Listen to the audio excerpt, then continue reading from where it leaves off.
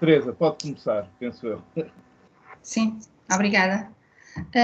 Eu tenho tido ultimamente um problema com a amoreira. Tenho uma amoreirazinha, tenho um pequeno jardinzinho aqui da parte traseira da casa e tenho uma amoreira e ela o ano passado já tem...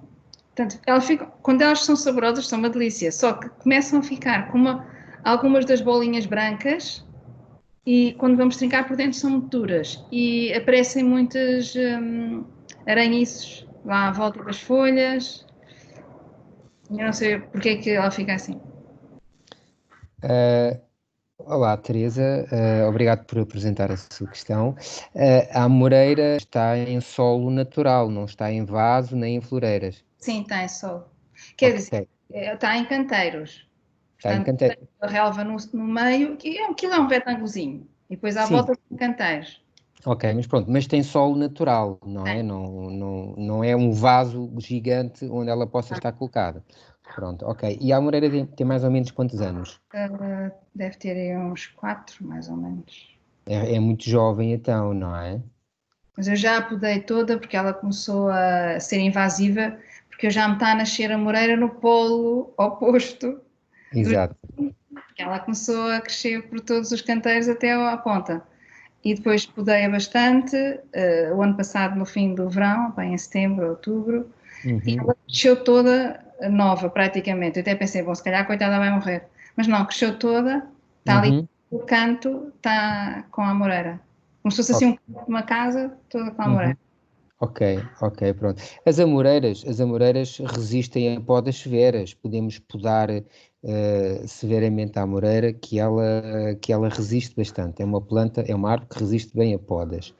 Pronto, por isso não há problema de fazermos podas severas, porque ela aguenta, não irá morrer por isso, a não ser que, juntamente com uma poda severa, ela passe um longo período de sede ou de outros problemas que a possam enfraquecer bastante ao ponto de morrer. Pronto. Relativamente às pragas, queria também só certificar de uma coisa. Onde a amoreira está plantada, nesse tal canteiro, é um espaço confinado entre muros, há uma boa circulação de ar, ou ela está muito resguardada? Porque a circulação de ar é fundamental para arejar as folhas das árvores e dos arbustos e evitar que as populações de pragas se desenvolvam muito rapidamente. Porque a circulação de ar faz com que dificulte a multiplicação das pragas. Normalmente, quando temos plantas em espaços confinados com pouca circulação de ar, a infestação por pragas é muito mais rápida. É muito mais rápida, porque não havendo ar... É verdade, está numa parede. Pronto, ok. Pronto. Isso poderá ser um dos fatores que favoreçam o rápido desenvolvimento das pragas. Pronto. Agora, como é que se combate estas pragas? Como é uma árvore e é difícil tratar, digamos assim, a árvore, porque é uma planta grande. Se fosse uma planta pequenina num vaso era muito mais fácil. Como é uma planta grande, é um pouco mais difícil. Isso teremos que fazer com um pulverizador de dorso e tentar fazer com caldas biológicas, com produtos biológicos, ou então, se conseguir comprar nas casas de produtos agrícolas um inseticida mais fraco, digamos assim, porque hoje em dia os inseticidas só podem ser vendidos com pessoas que tenham certificação para a aplicação de produtos fitofármacos e isso são custos que são um bocadinho caros de serem feitos. É difícil adquirir estes inseticidas hoje em dia. Ou é alguém que tem o curso de aplicador e pode passar lá em casa e fazer a aplicação. Quanto tempo é que poderia consumir os frutos, não era? Sim, se for um fitofármaco, aquilo tem um intervalo de segurança. Pode ser uma semana, pode ser 15 dias, o intervalo de segurança. Se for um produto biológico... Eu preferia. Como? Se houvesse produtos naturais... É preferível, exatamente. Pronto, é preferível. Exatamente, é preferível. Agora, produtos naturais. Normalmente, se estivermos a falar de piolhos, eu já dei essa resposta aqui no fórum a uma colega, se estivermos a falar de afídeos, os afídeos, há muitos tipos de afídeos diferentes, um dos mais conhecidos é o piolho algodão, porque é um pequeno afídeo branco e que tem uma espécie de uma penugem esbranquiçada. Nas roseiras, esse está nas roseiras. Pronto. Por acaso agora não, mas às vezes tem. Pronto. Esses piolhos têm uma camada de gordura e meio açucarada a proteger o corpo deste inseto das condições atmosféricas, do sol, o calor, o frio, o vento, etc. E aquilo que se costuma fazer para enfraquecer os piolhos é uma solução de água e sonazol. Eu vi, até copiei para ficar. Exatamente, leu, pronto. Podemos aplicar. De espera que nós depois temos de dar para poder comer o fruto ou a planta aromática depois desse tratamento com sonazol? É assim, faz a aplicação do produto sonazol que não vai matar o piolho, vai enfraquecê-lo, vai-lhe deixar mais fraco e mais sensível. Se forem plantas relativamente pequenas, nós podemos retirar esses piolhos com a mão ou com um pincel, de forma a eliminar o inseto da planta. Isto é um trabalho que demora algum tempo, mas em termos biológicos é bastante eficaz, digamos assim. E podemos consumir passado quanto tempo essa planta que foi tratada com esse procedimento? Basta esperar um dia ou dois e depois até se pode aplicar água, regar a planta com água, de forma a retirar os resíduos de sonazol e depois podemos consumir a planta. Até podemos recolher as partes comestíveis, se forem frutos, recolhemos o fruto e lavamos-lo com água e pode ser consumido logo, porque é como se estivéssemos a lavar um copo com detergente e sonazol, desde que seja bem enxaguado, pode-se consumir logo.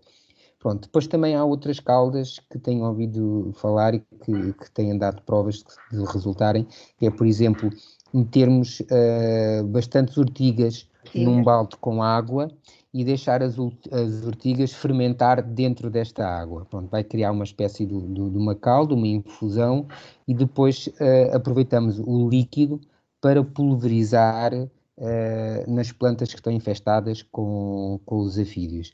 Também tenho relatos de pessoas que dizem que esta solução resulta.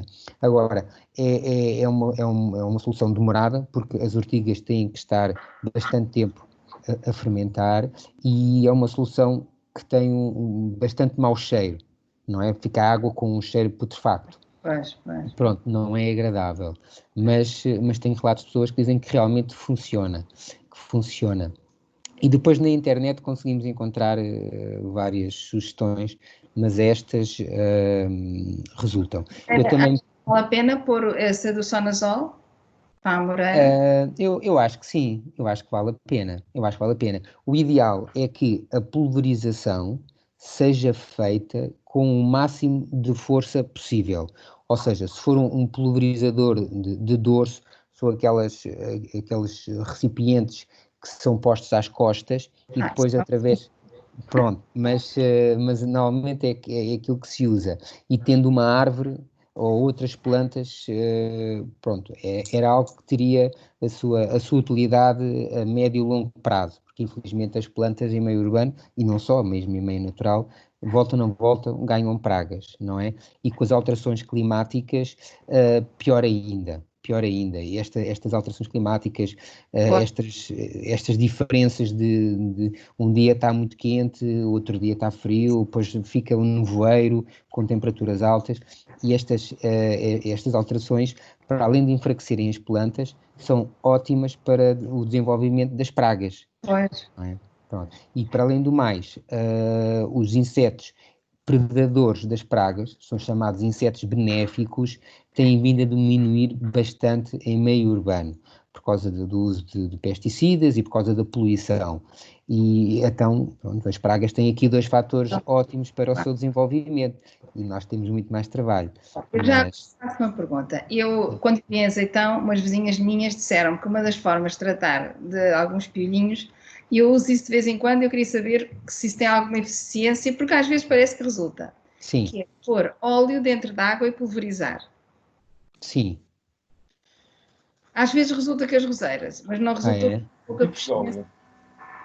Às vezes resulta. É que eu tenho em casa. Óleo tipo de óleo? Deve ser óleo de fritar? Óleo de fritar batatas. É o que eu ponho. É assim, eu nunca utilizei, nunca ouvi de falar dessa possibilidade. Mas, Elas mas ensinaram se umas resulta. coisas que às vezes, pronto, às vezes resulta, para as roseiras resulta. Ok, Para as coxinhas não as consegui salvar. pois, Pronto, o maracujá também não consegui salvar. ok, Mas às vezes resulta. Teresa, isso parece-me ok. que a Teresa tem um problema, porque isso está a passar de planta para planta, segundo o que está a dizer, porque há várias que têm sido mortas. É só uma coisa, a Teresa falou numa coisa que eu por acaso achei piada, e pus-me a pensar, e não sei se tu percebeste, não? A Teresa falou de uns aracnídeos, não era? Género de aracnídeos dentro da amoreira. É isso? Isso não poderá ser considerado género de ácaros? Não, os aracnídeos não são ácaros, são mesmo Sim, sim, aranhas muito pequeninas. A sim. aranha mais famosa é o aranhiço vermelho, Esses aranhiços alimentam-se das substâncias açucaradas que os afídeos libertam, não é? Quando o piolho suga a seiva das plantas, a seiva é rica em hidratos de carbono. Os afídeos retiram os hidratos de carbono da seiva das plantas e libertam alguma parte desses hidratos de carbono, ficam libertados pelos afídeos, libertam, exudam do corpo essas substâncias açucaradas.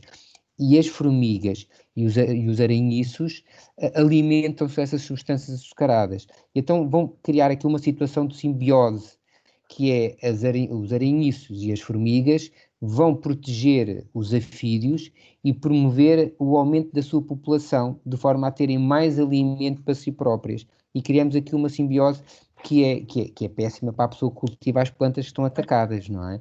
Pronto, por isso, se conseguirmos controlar os afídeos, também controlamos os aranhiços e as formigas, não é? Porque não havendo afídeos, não vamos ter os aranhiços nem vamos ter as formigas, porque eles só estão na planta porque têm os afídeos que os alimentam através da substância açucarada que libertam, não é?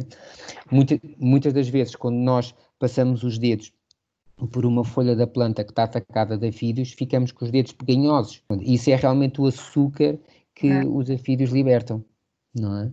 Por isso, o importante é realmente conseguir controlar as populações de afídeo e dos afídeos, e quanto mais cedo nós nos apercebermos que eles estão numa planta, é eliminá-los logo. O ideal é, com o dedo, com um pincel, removê-los da planta. Pronto. Mas quando são plantas pequenas, plantas aromáticas, pequenos arbustos, isso é fácil, dá algum trabalho, mas é fácil. Quando é uma árvore já com um pequeno, médio porte, torna-se muito mais difícil. Por isso aí já não é compatível estarmos a eliminar com o dedo ou com o pincel. Terá que ser mesmo com um pulverizador.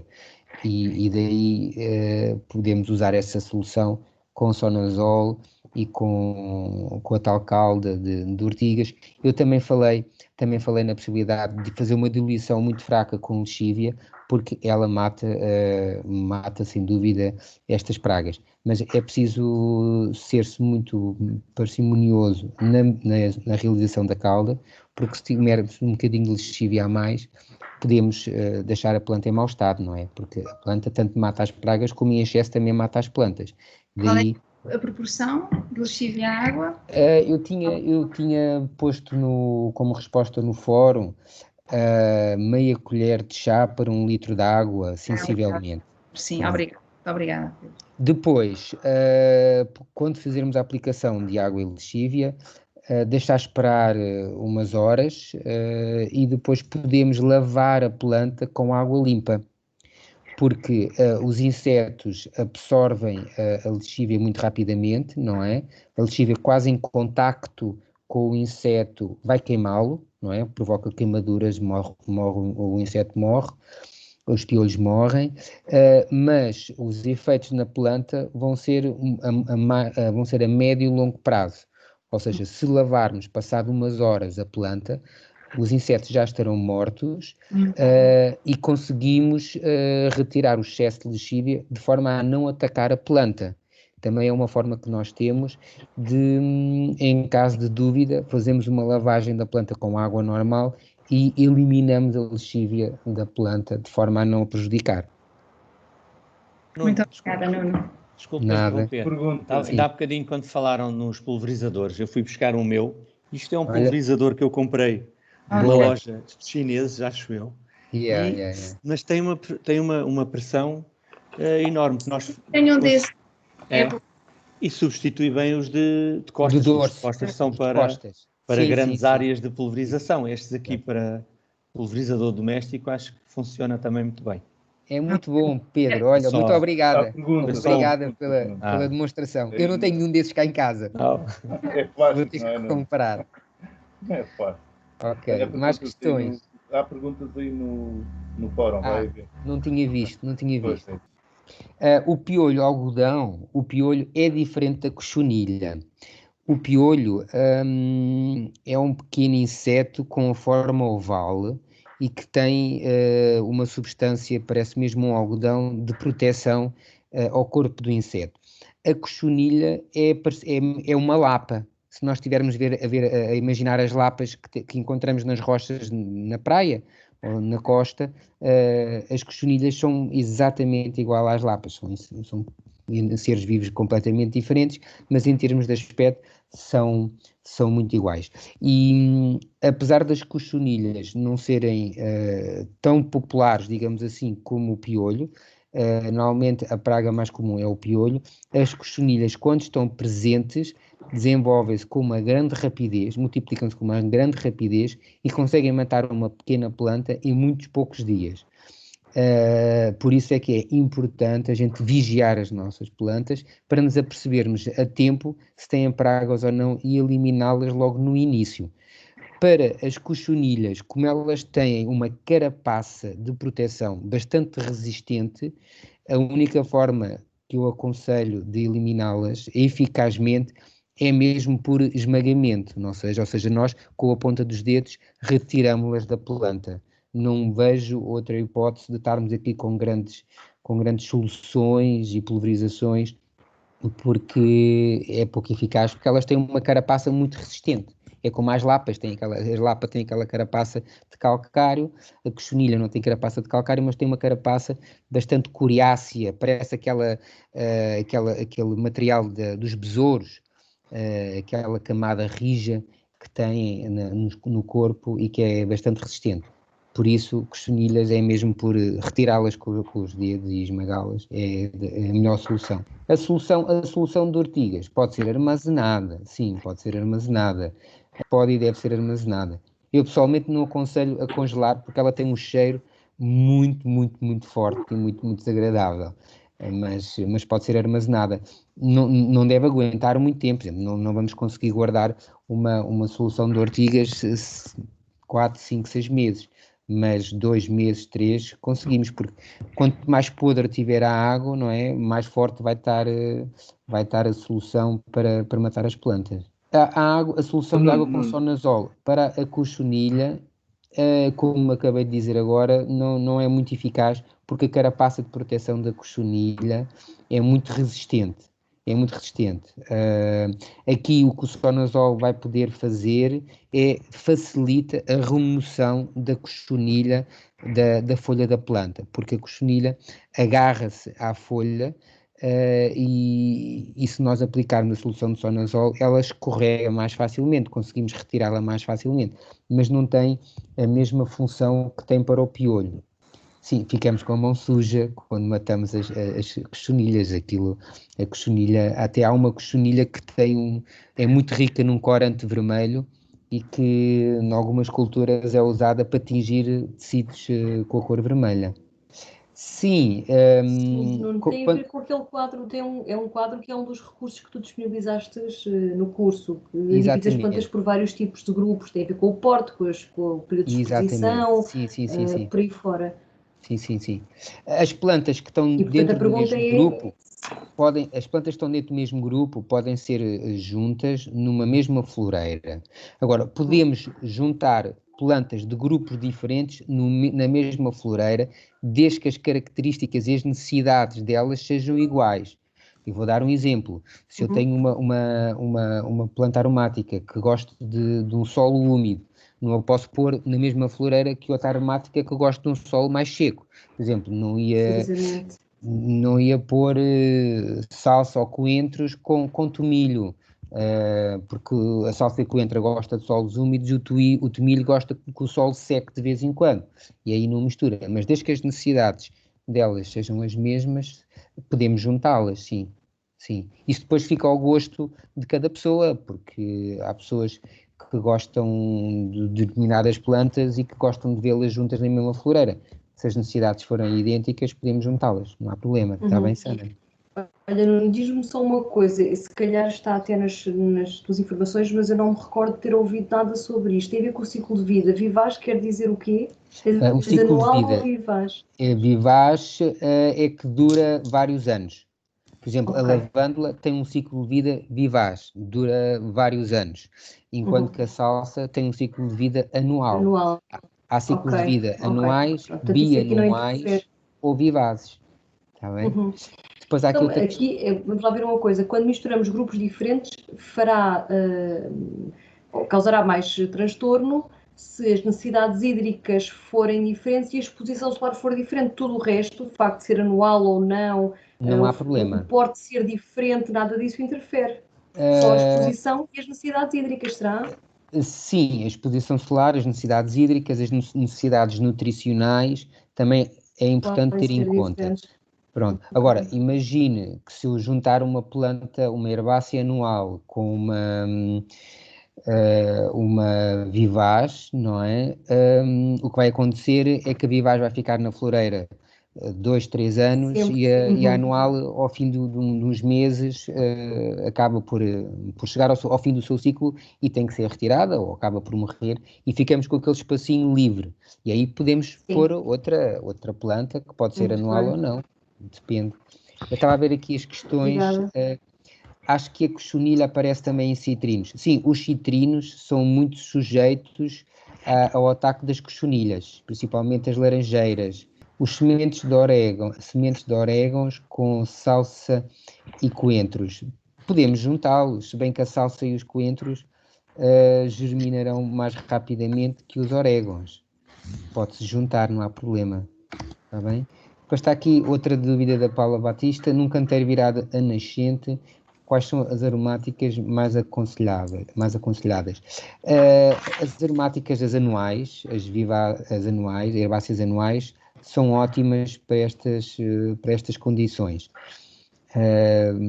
As aromáticas que são mais arbustivas, como a lavândula, o rosmaninho, o tomilho, a santolina, por aí fora, Lúcia Lima, gosta de canteiros mais virados a poente, porque gostam de uma longa exposição solar.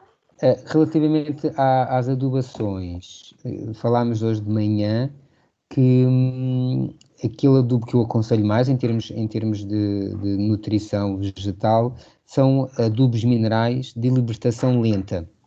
Houve colegas que falaram naqueles adubos líquidos para diluir com a água da rega, depois há uns adubos minerais de libertação muito rápida, o mais conhecido são umas bolinhas azuis, inicialmente era chamado Blaukorn, o Blaukorn, que era um adubo muito completo e muito bom, tão bom que depois várias empresas começaram a produzir um adubo mineral azul, mas sem a qualidade deste Blaukorn. Mas eu aconselho os adubos de libertação lenta. Porquê? Porque isto são umas bolinhas também, são bolinhas, em que o nutriente está revestido por uma cápsula de resina que apenas deixa passar os nutrientes aos poucos. Ou seja, o nutriente vai ser libertado para o substrato aos poucos e durante um longo período de tempo. O que é que isso faz? Faz com que não haja picos de disponibilização de nutrientes nas plantas. Ou seja, a planta tem nutriente no substrato, mas em quantidades constantes e ao longo do tempo.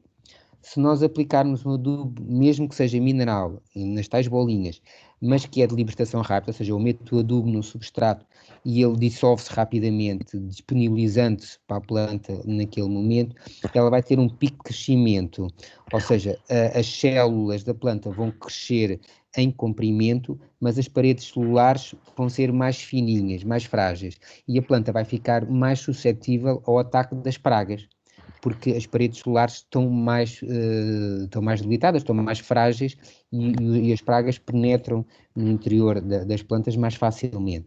Por isso é que não convém haver picos nutricionais, convém ser um programa nutricional mais constante ao longo do tempo. E estes adubos de libertação lenta permitem isso. Para além do lado, são muito práticos, porque nós não temos que nos preocupar em de 15 em 15 dias, de 3 em 3 semanas, estar a aplicar um nutriente. Ou seja, existem adubos de libertação lenta de 1 mês, de 3 meses, de 6 meses, mais do que 6 meses não aconselho, se bem que acho que há uns de 12 meses, mas esses não aconselhava. Se aplicarmos esses adubos durante este período de tempo, nós não ficamos preocupados em nutrir a planta e sabemos que ela vai tendo o nutriente disponível na mesma quantidade ao longo desse tempo. É muito mais benéfico para a planta. Por isso, em termos de nutrição, eu aconselho adubos minerais de libertação lenta, que podem ser adquiridos naquelas casas especializadas em plantas e em material de jardinagem, ou até naquelas grandes superfícies de material de bricolagem, que também tem muito material de jardinagem. Ora bem, eu dou mais uns minutinhos para alguma questão assim de resposta rápida, uma vez que já atingimos aqui o nosso objetivo da sessão síncrona, que são os 30 minutos de online, e para também não estar a prender os colegas para as suas tarefas diárias e aquelas que têm que realizar. Se alguém tiver uma pergunta que acho que é uma resposta rápida, que pode colocar. Se não, tem sempre os fóruns abertos para colocação de todas as questões que entenderem colocar. Mas o Nuno ainda ia acrescentar qualquer coisa. Sim, eu ia só responder aos comentários, às dúvidas postas aqui na sala de conversação.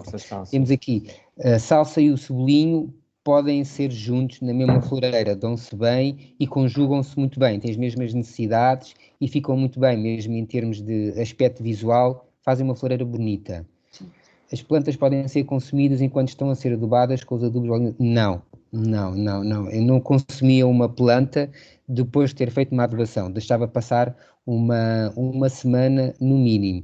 Porquê? Porque a planta vai absorver grandes quantidades desses nutrientes que vão ficar no seu interior e nós vamos estar a ingerir esses nutrientes. Por isso convém esperar um período de tempo, uma semana é o suficiente para podermos colher partes vegetais da planta e consumi-la, está bem? Quando tem cebolinho e manjericão em vaso, ao fim de algum tempo começam a espigar.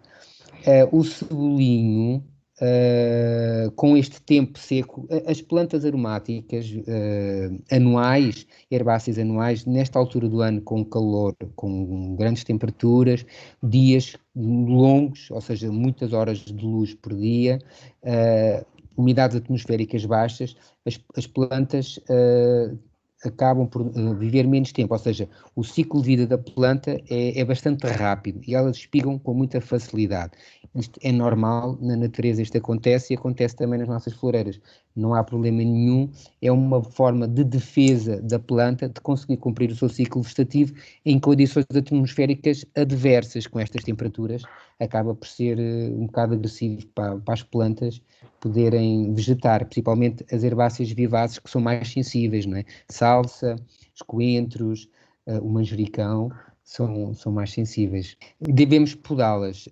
Sim, o cebolinho, foi a conversa que eu tive com o Pedro Macedo logo no início do fórum. Sim, o cebolinho, quando começa a ficar assim, mais as folhas mais velhinhas, devemos fazer uma poda foliar para estimular a produção de novas folhas.